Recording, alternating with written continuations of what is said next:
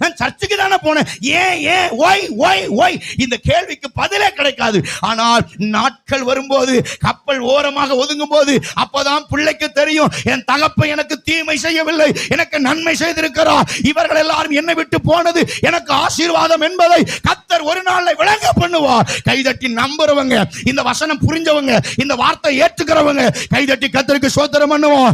ஓ ரபா மாமா சியந்தரலா, கர்த்தர் உங்களை விட்டு யாரையாவது பிரிக்கிறாரா? நீங்க சந்தோஷப்படுங்க, இது தேவ திட்டம். ஹல்லேலூயா, ஹல்லேலூயா. தீங்கை காணாதிருப்பாய். ஆரம்பம் ரொம்ப கஷ்டமா இருக்கும், ஆனா முடிவு ரொம்ப ஆசீர்வாதமா இருக்கும். ஆரம்பம் ரொம்ப வேதனையா இருக்கும்.